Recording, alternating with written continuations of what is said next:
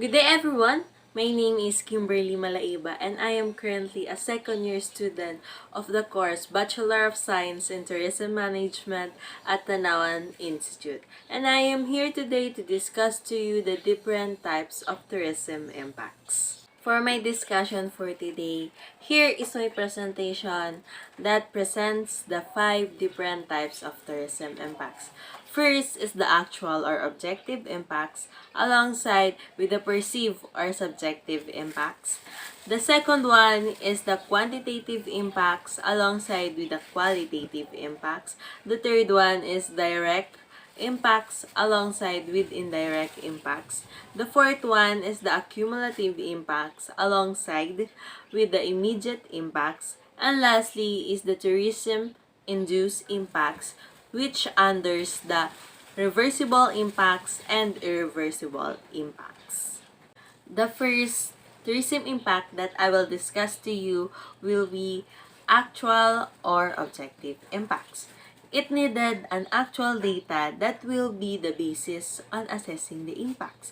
Just like what I showed to you on my presentation, there are a bar graph of visitor arrivals here in the Philippines from 2016 to 2020. So, the visitor arrivals here in the Philippines of the year 2016 is 5,967,005 visitor arrivals.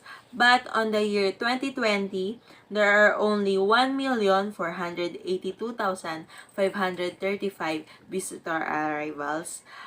But as you can see, as the year passed by, the bar graph or the visitor arrivals here in the Philippines goes higher.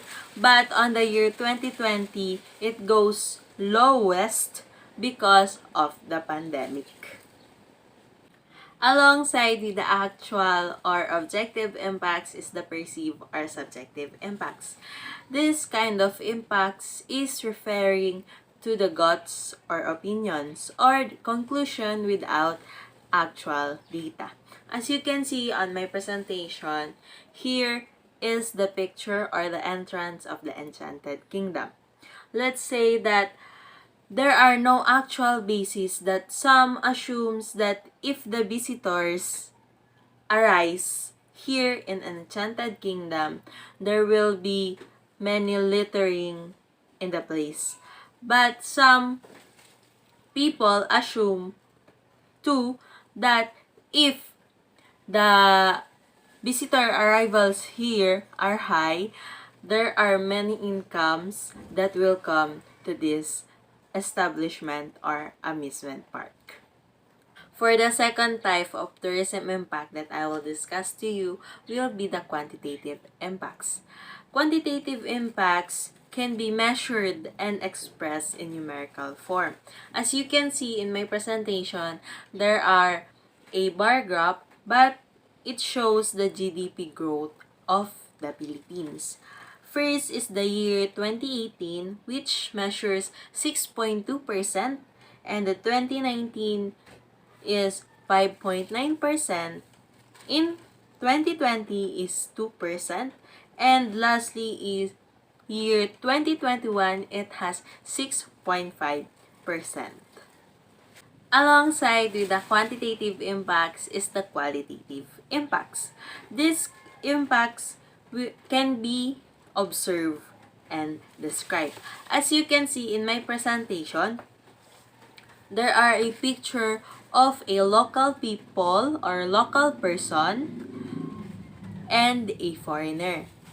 It shows the social relationship between the tourist and the local people.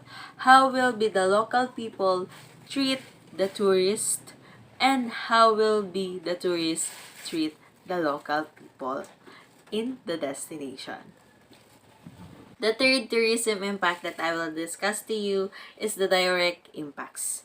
It is the immediate inflows from tourism, and it has no intervention and agencies. As you can see in my presentation, there are a crew of a fast food chain and the customer. She is directly interacting with the customer without no agencies or intervention. Alongside with the direct impact is the indirect impact. This impact shows that it have a channel to communicate with the guest.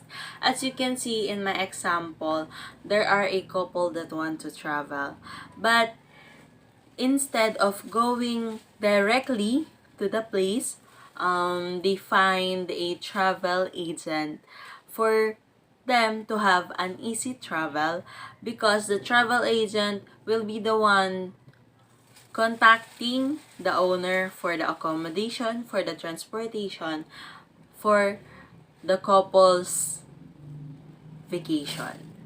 The fourth tourism impact that I will discuss to you is the cumulative impact. Those are the effect or caused by the tourism development as the time goes by. As you can see in my presentation, there are a picture of the Boracay Island in year 1990 and in year 2010.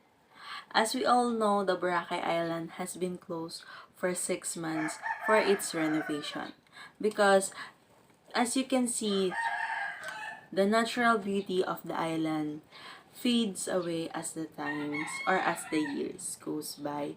So it is needed to be renovated for its natural beauty to come back.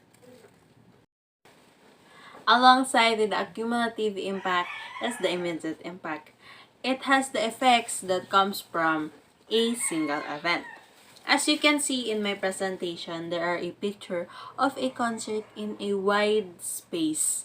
And the other picture is the ground that is full of trashes. The second picture, the ground that has full of trashes, it will be the aftermath of the concert as the morning comes or as the event comes to an end. The last tourism impact that I will discuss to you is the tourism-induced impact. Under this fifth impact is the reversible impact.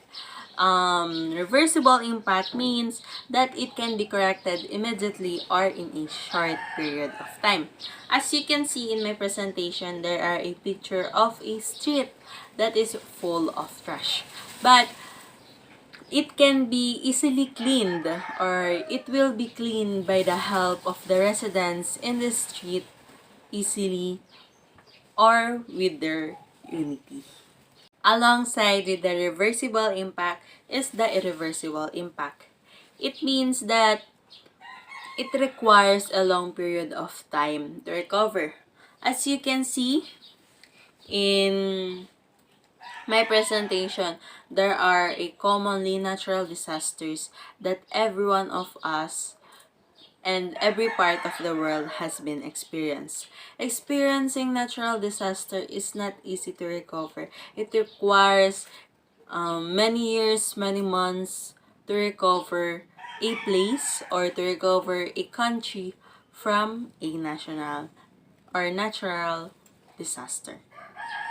So that is the 5 types of tourism impacts. And again, I am Kimberly Malaiba, a second-year student of the course Bachelor of Science in Tourism Management, and hope you learn something in my discussion. And thank you for watching.